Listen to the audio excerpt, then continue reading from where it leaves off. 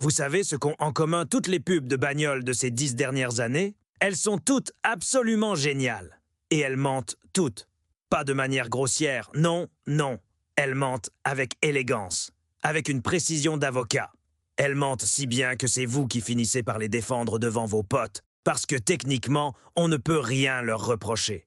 J'ai passé des mois à éplucher les communiqués de presse, les actions en justice, les enquêtes des régulateurs et les documents internes des plus grands constructeurs mondiaux. Et plus je creusais, plus le tableau devenait effrayant. Ce n'est pas une histoire d'erreurs isolées, c'est l'histoire d'un choix systémique. Encore et toujours. Année après année. Le même choix, celui du profit, contre vous. Aujourd'hui, je vais vous montrer exactement comment ils s'y prennent, méthode par méthode. Astuce par astuce, avec des noms, des chiffres et des dates. Commençons par les deux mots qui ont l'air les plus inoffensifs de toute l'industrie publicitaire. Jusqu'à consommation de carburant jusqu'à 5 litres au 100. Autonomie jusqu'à 500 km. Économie jusqu'à 15%. Vous entendez comment ils le prononcent en le balançant vite fait, à mi-voix, en tout petit en bas de l'écran. Comme si c'était une formalité juridique sans importance à laquelle il ne faut pas prêter attention. Mais c'est exactement le but, parce que jusqu'à, ce n'est pas une caractéristique, c'est une anti-caractéristique. C'est un moyen de mettre n'importe quel chiffre, absolument n'importe lequel, sans mentir d'un point de vue légal. Je pourrais vous dire, cette voiture peut parcourir jusqu'à 1 million de kilomètres sans la moindre panne. Et si elle cale à 100 mètres du concessionnaire, techniquement, je ne vous ai pas menti. Mais ce n'est pas que de la rhétorique. Au début de cette année, la Commission fédérale du commerce américaine a envoyé des avertissements officiels à 97 groupes de concessionnaires à travers le pays. 97! La raison? Ce qu'on appelle les frais poubelles, des frais cachés pour des services qui soit ne sont jamais fournis, soit sont imposés au client contre sa volonté. Le concessionnaire Lindsay Automotive doit rembourser plus de 75 millions de dollars à ses clients. Le concessionnaire Leader Automotive doit payer 20 millions de dollars d'amende, la plus grosse jamais infligée par cet organisme, à un concessionnaire auto. Et ça, ce sont juste ceux qui se sont fait pincer. C'est la partie émergée de l'iceberg. Alors, retenez cette règle simple. Si une caractéristique commence par « jusqu'à » et un prix par « à partir de », cherchez les vrais essais, faits par de vraies personnes, dans de vraies conditions. Mais ça, ce n'est que l'échauffement. La suite est plus croustillante. Imaginez, vous allez sur le site d'un constructeur de voitures électriques. Tesla, Rivian, BMW, peu importe. Et vous voyez sur la même page, autonomie de 600 km, 0 à 100 en 3 secondes. Prix à partir de 50 000 €. 3 chiffres qui tuent. 3 raisons de lâcher un acompte sur le champ. Sauf que cette voiture, elle n'existe pas. La version avec 600 km d'autonomie, c'est la Long Range. Elle fait le 0 à 100 en 5 secondes, pas 3. La version qui sprint en 3 secondes coûte 30 000 € de plus et fait 100 km de moins, parce que les moteurs plus lourds bouffent la batterie. Et la version de base à 50 000 € n'offre ni cette autonomie, ni cette performance. Le marketeur a pris le meilleur chiffre d'une finition, le meilleur d'une autre, le meilleur prix d'une troisième, et il a tout balancé sur un seul écran. Ça s'appelle la spécification imaginaire. La voiture existe en tant qu'ensemble d'arguments publicitaires. En tant que produit, non. Et vous vous dites, bon, c'est juste du marketing. On va voir si vous pensez encore ça dans une minute. Parce que Tesla est allé bien plus loin que les astuces publicitaires. Beaucoup plus loin. En 2023, l'agence Reuters a publié une enquête qui a secoué même les fans les plus fidèles de la marque. Au sein de l'entreprise, il existait une équipe spéciale, surnommée la Diversion Team. Ça se traduit simplement l'équipe de déviation. Sa mission était d'intercepter les plaintes des propriétaires sur la faible autonomie et de les étouffer discrètement pour éviter qu'elles ne deviennent des demandes d'intervention officielles. Les employés de cette équipe travaillaient à Las Vegas. Et chaque fois qu'ils réussissaient à annuler le rendez-vous d'un client au garage pour une plainte sur l'autonomie, ils frappaient un gong ou un xylophone. Ils célébraient. Parce que chaque plainte annulée faisait économiser à l'entreprise environ 1 000 $. Mais ce n'est pas tout.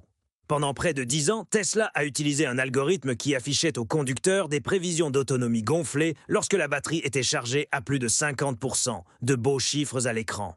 Et quand la charge tombait en dessous, l'algorithme passait à des données réalistes. Pour que la voiture ne s'arrête pas au milieu de la route et que le scandale n'éclate pas au grand jour. Le régulateur sud-coréen a infligé une amende à Tesla de 2,5 milliards de won, soit environ 2 millions de dollars, précisément pour avoir caché la chute réelle de l'autonomie par temps froid. Et des tests indépendants ont montré que tous les modèles Tesla testés n'atteignaient pas les chiffres officiels. Le déficit moyen était de 26% par rapport à ce qui était annoncé. Une Tesla Model 3 avec une autonomie officielle de 629 km selon le cycle WLTP parcourt en réalité 415 km. C'est moins 34%. Une Mercedes EQS, c'est moins 22. Un BYD Atto 3, moins 23. Et on ne parle pas de l'hiver ou des bouchons, juste de la vraie route. Bon, supposons que vous ayez appris à lire les petites lignes et à vérifier les vrais tests. Mais que faire si les mots eux-mêmes ne veulent plus rien dire? Si les termes qu'on vous vend comme une révolution technologique sont inventés justement pour que vous ne puissiez rien comparer? Vous avez entendu parler de l'hybride léger? Mild Hybrid, MHEV. Ça sonne moderne, high-tech. Dans votre tête, vous imaginez une Toyota Prius, une consommation divisée par 2, le silence dans les bouchons en roulant tout en électrique. Le progrès, l'écologie, l'avenir. Maintenant, la vérité. Un hybride léger, c'est un alterno-démarreur renforcé et une batterie de la taille d'un ordinateur portable. Elle est physiquement incapable de faire tourner les roues. Son unique tâche, c'est de lisser un peu le redémarrage du moteur au feu rouge.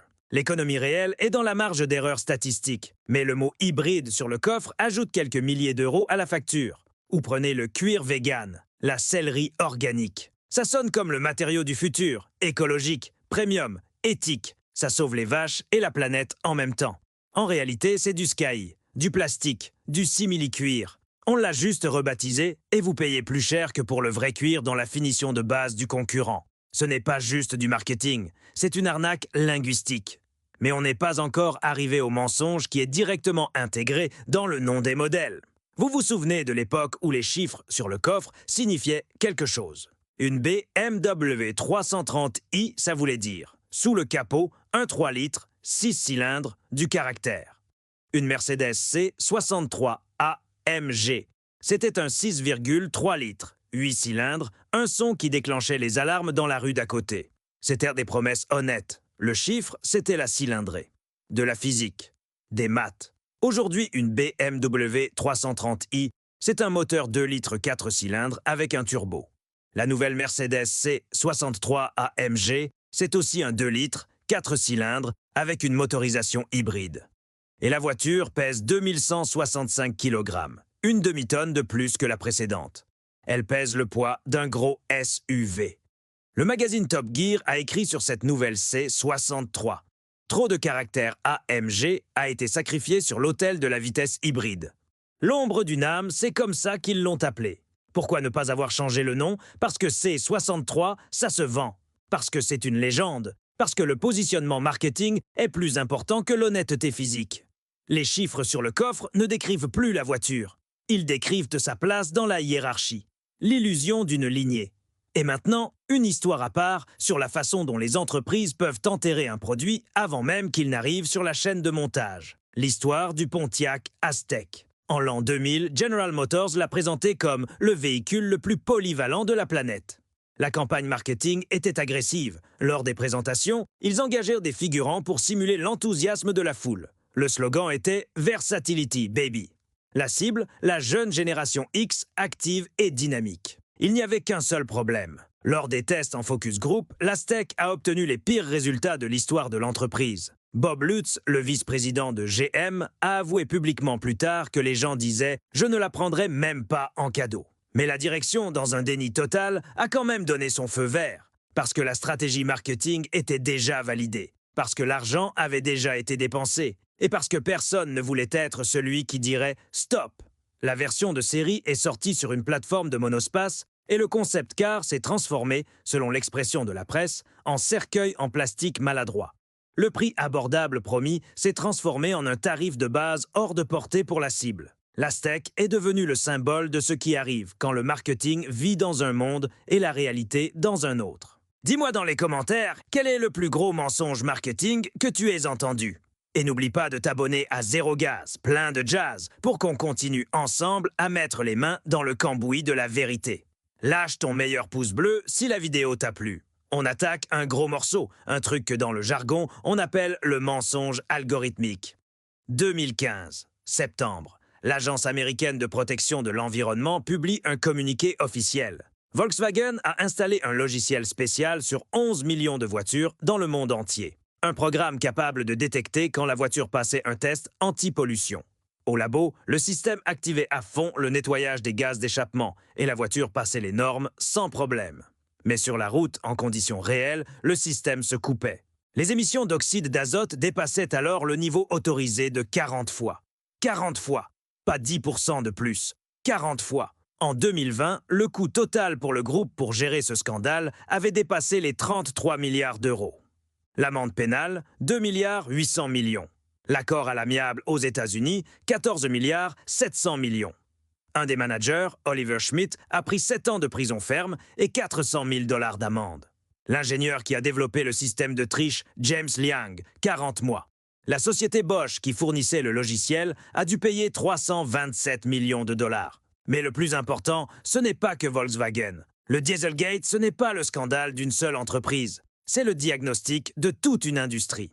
Fiat Chrysler a utilisé un logiciel non déclaré sur 104 000 Jeep Grand Cherokee et Ram 1500 diesel. En 2019, 700 millions de dollars pour régler l'affaire. En 2022, le groupe a plaidé coupable de complot pour tromper les régulateurs. 300 millions d'amendes en plus. Daimler, c'est-à-dire Mercedes-Benz en Allemagne, une amende de 870 millions d'euros pour avoir vendu 684 000 voitures diesel non conformes.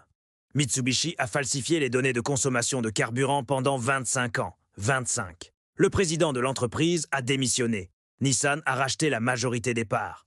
Et oui, même nos chères marques nationales, Renault, Nissan, Peugeot, Citroën, ont toutes eu à un moment ou à un autre leur petite casserole, leur procès, leur démêlé avec les autorités. Ce ne sont pas des exceptions à la règle, c'est la règle du jeu. Maintenant, parlons de l'aluminium de qualité militaire et de la façon dont un métal tout à fait banal peut sonner incroyablement bien. En 2015, Ford a fait un pari. La carrosserie de son pick-up F-150 passait à l'aluminium. Une vraie décision d'ingénieur, audacieuse et coûteuse. Mais comment vendre ça aux acheteurs conservateurs de pick-up habitués à l'acier bien lourd? Très simple. On lance une campagne marketing massive avec un slogan « Alliage d'aluminium haute résistance de qualité militaire ». Military grade. Ça sonne comme si la benne de votre pick-up avait été testée sur un champ de bataille. La vérité technique, il s'agit d'alliage de la série 6000 à base de magnésium et de silicium. Le même matériau utilisé depuis des décennies pour fabriquer des échelles de chantier et des cadres de vélo bas de gamme. C'est un bon métal, solide, courant. Mais le grade militaire n'a rien à voir avec l'armée, c'est juste une classification marketing. Les concurrents de chez Ram Trucks ont réagi au quart de tour. Ils ont sorti une série de pubs où ils balançaient des cailloux pointus dans les bennes en aluminium des F-150. Pour montrer que l'aluminium se perce plus facilement que l'acier. Ford a gardé sa place de leader sur le segment. Mais pour les propriétaires, le coût des réparations de carrosserie a augmenté de 20 à 30%.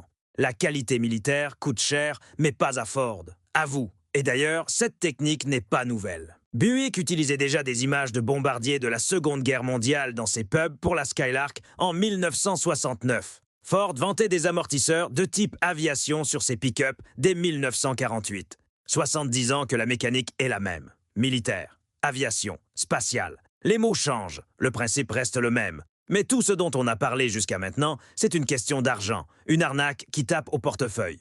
Maintenant, je veux vous parler d'un autre type de mensonge. Celui qui tue. 2002. Les ingénieurs de General Motors découvrent un défaut dans le Neyman, le contacteur de démarrage, de leur petite voiture, comme la Chevrolet Cobalt ou la Pontiac G5. La force nécessaire pour tourner la clé est trop faible. Sur une route en mauvais état ou avec un gros trousseau de clés, le contact peut sauter et se mettre sur off tout seul. Ça coupe le moteur, la direction assistée, l'assistance au freinage. Et le pire, ça désactive les airbags. En 2005, les ingénieurs étudient la possibilité de corriger le défaut. Coût de la réparation, moins d'1 euro par voiture. Décision non rentable. Trop cher, 1 euro. Ils ont décidé qu'1 euro, c'était trop cher. Le scandale n'a éclaté publiquement qu'en 2014. À ce moment-là, 124 personnes étaient mortes. Au début, GM ne reconnaissait que 13 décès. 30 millions de voitures ont été rappelées dans le monde. L'amende pénale, 900 millions de dollars. Les documents internes ont révélé un phénomène que les enquêteurs ont appelé le hochement de tête GM.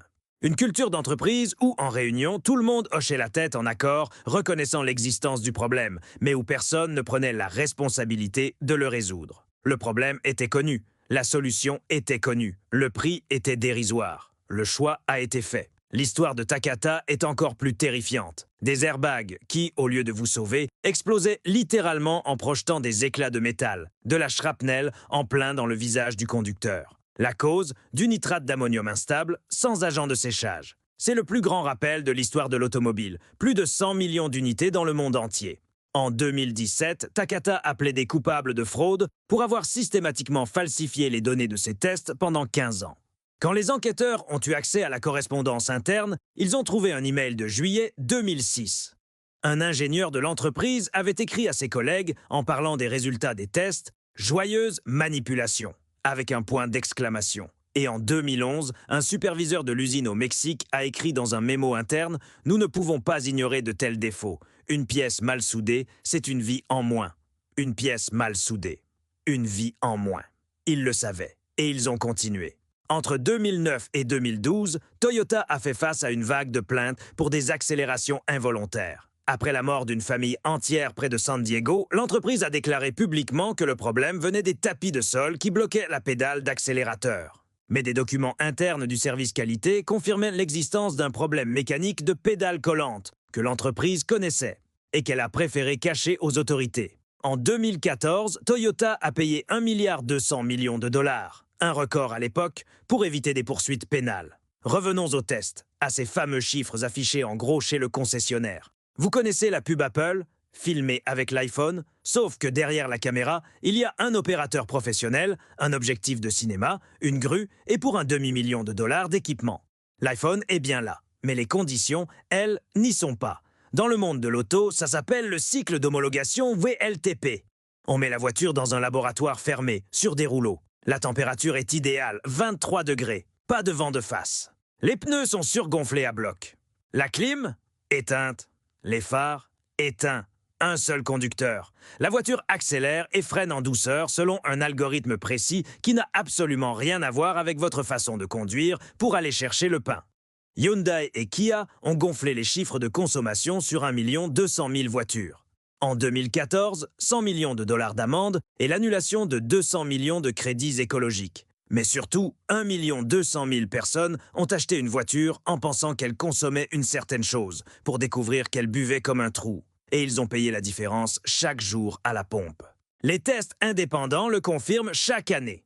En hiver et à haute vitesse, l'autonomie réelle d'une voiture électrique diminue de 15 à 40% par rapport à ce qui est promis sur la brochure. Mettez le chauffage, montez à 4 dans la voiture par une froide journée d'hiver et vos 500 km d'autonomie se transforment comme par magie en 250. Ce n'est pas un mensonge au sens juridique du terme. C'est un test standardisé. Mais quand votre voiture consomme 1,5 fois ou 2 fois plus que ce qui est annoncé, personne ne vous doit rien. Tout est dans les règles. Je ne dis pas que les voitures modernes sont mauvaises. Beaucoup d'entre elles sont de véritables chefs-d'œuvre d'ingénierie. Je parle d'autre chose. Je parle d'une industrie qui pèse des milliers de milliards d'euros et qui a développé une véritable architecture de la tromperie. Le fameux « jusqu'à » pour afficher de jolis chiffres sans conséquence. Les spécifications imaginaires pour vous faire payer une voiture qui n'existe pas. Les micro-hybrides et le cuir vegan pour renommer ce qui est bon marché en quelque chose de cher. L'aluminium de qualité militaire pour vous vendre du métal de construction au prix d'une légende. Les algorithmes dans l'ordinateur de bord pour que le laboratoire voie une voiture et que vous en conduisiez une autre. Et la culture du hochement de tête pour que personne ne soit responsable avant qu'il ne soit trop tard. Les amendes de plusieurs milliards d'euros pour ce système, c'est juste une taxe sur le business. Volkswagen a payé 33 milliards et continue de vendre des voitures. Takata a fait faillite, mais ses pièces sont toujours dans nos bagnoles. GM a payé 900 millions et aucun des grands patrons n'est allé en prison. Votre seule défense, c'est la connaissance. Savoir que « jusqu'à » signifie « jamais ».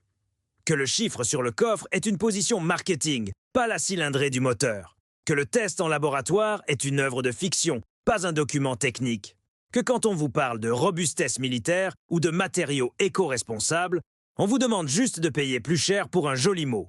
Vous n'avez pas besoin de changer de voiture tous les 3 ans. L'amélioration des performances entre 2 générations, dans la vraie vie, c'est 2 ou 3%, pas les 40% écrits dans le communiqué de presse. La poussette du petit dernier ne rentrera jamais dans ce coffre de 600 litres. Et l'accélération en 3 secondes, vous ne l'obtiendrez qu'une seule fois, sur un asphalte parfait, le réservoir vide et avec une caméra pour le prouver. Tout le reste, c'est un spectacle qui coûte une fortune. Et le billet, vous l'avez déjà payé. Lâche ton meilleur pouce bleu si cette plongée dans les coulisses de l'auto t'a plu.